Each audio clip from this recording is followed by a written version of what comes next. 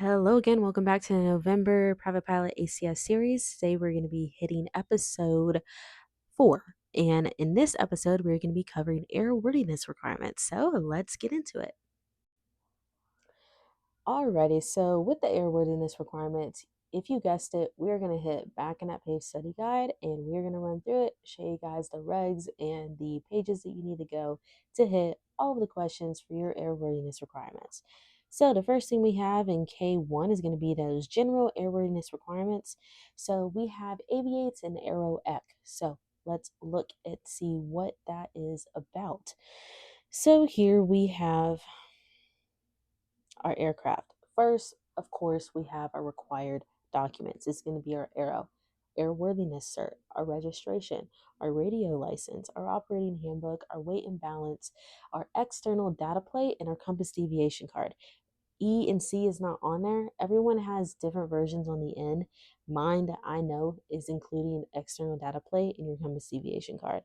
But Aero is going to be the same thing. So where you can find this is going to be in 91203. And I believe that is where the actual acronym ARROW comes from. Okay, so that's where you can find all the information regarding that. Now we have our required inspections. This is going to be aviates. This is going to be your annual, your VOR, your 100-hour inspection, your transponder. It's going to be your ELT, your altimeter, as well as your static. All right. So that is going to be what your aviates is. Just checking that I hit all of that, and I did. All right. So where you can find that, this is going to be in a bunch of different regs. So it's really easier if you can just go and basically memorize that. And then there's also little regs you can refer to. I also like for you guys to hit the PHAC. And so if we go to documents. Oh, aircraft documents. This is going to be in 9-6. All right, so we're going to go here. And just to let you guys know, I am in the PHAC if you missed that. All right, so the PHAC. This gives you every single thing in more detail about the inspections that you need. It'll go very in detail about what your annual, your 100-hour, other inspections, altimeter, transponder, and ELT.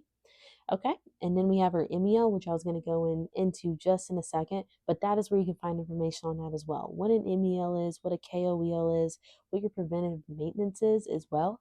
This is basically the Bible for what you need to know about that. And then we have the big ADs, the airworthiness directives. And that is going to be covered in this section. And that's pretty much it. So if you want to know every single thing about your airworthiness requirements, I would highly, highly suggest you go through chapter 9. Okay, it's about 13 pages and it tells you every single thing regarding your airworthiness requirements. Okay, alrighty, and that's also what you can actually legally use on the check ride. Okay, so this is why I state when you see these, tab 91203 in your FAR aim, tab 91215, 413, and tab that whole entire chapter in the PHAC. So if you get stuck, you have things highlighted and underlined for exactly what you might miss out if they ask you specific nitty-gritty questions, but they really shouldn't on your private. But sometimes you get those DPEs that like to just drill you. Okay, so locations and where this will be in the aircraft. So normally for your airworthiness and your registration, this is going to be like in a pouch that's going to be clear where you can visually see it. Everything has to be visible in the aircraft. Okay, your airworthiness, your registration, your radio license if you have one, your operating handbook, and your weight and balance, that is normally going to be located in the rear seats. And then your external data plate, that is going to be on the outside, normally the right side of the aircraft, or it could be on the left, depending on which one. And then your compass deviation card, that is going to be located right under your compass, or it could be off to the right or left of your dashboard. Okay. All right. The required inspections and logbook documentation. So I believe this is in here. An easy way to remember how to log everything is going to be DEPS. I'm looking to see if it is in there, and it is not. Okay, it's not in there, but let me see if I can pull this up for you guys really quickly. Good notes. That was a document I'm trying to get uploaded for you guys. I'm trying to get better notes for you to actually be able to use. But under airworthiness here, we go here, scroll down. Our flying, we have our KOEL, MEL.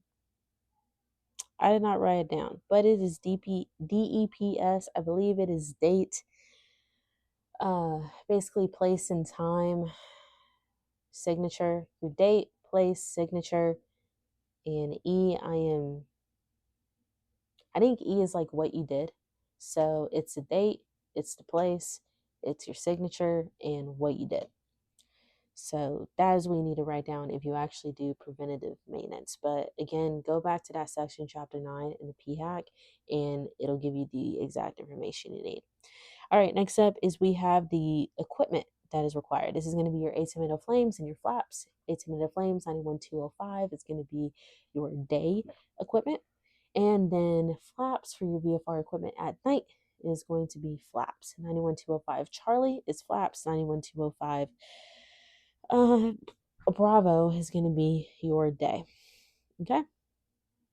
And then we already covered MEL. You can find that in 91213. Alrighty.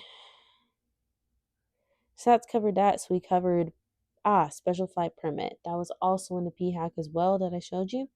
Special flight permit, normally you use this when you have gone over your 100-hour inspection or your annual, and you need to be able to get to one place to another to get that service, is normally what that is for. And see, it also states it right there too. This is why this is like the holy grail of study guides. Not even joking. All right, so we looked at that. We covered airworthiness directives under the PHAC as well. Pilot performative maintenance, showed you where to find that. Equipment needed for day or night, showed you where to find that. MELs, covered that. KOELs, let's just quickly talk about MELs are minimum equipment list. This is for aircraft that basically can have a list of equipment that can be not working and still be airworthy. Kinds of equipment lists is the equipment that you absolutely have to have working in order to be airworthy. So that's where the difference is between those two. Then we have standard and special airworthiness. I showed you where to find that. And when it comes to inoperative equipment and where to discover that, that's why we have our A-Taper PDL. That is an acronym that you use to figure out basically, is it airworthy? And that's the first question you're going to ask yourself. If it's not, you're going to placard it, you're going to deactivate it, and you're going to log it. A-Taper. All right. And the taper PDL is placard deactivate log. The taper is going to be T for type certificate data sheet. You're going to check those. A is going to be your airworthiness regs, basically looking at that. And then R is your regs. So the E and R kind of go with each other. Is first you're checking the airworthiness like doc in your document to see, okay, is that in my KOEL or MEL? And then the regs, that's going to actually look through the 91205 and check to see is that part of it. Okay. And that is pretty much all I got for you for the airworthiness requirements. If you go through that, you go through the regs, you go through the chapter, you should be pretty set on that.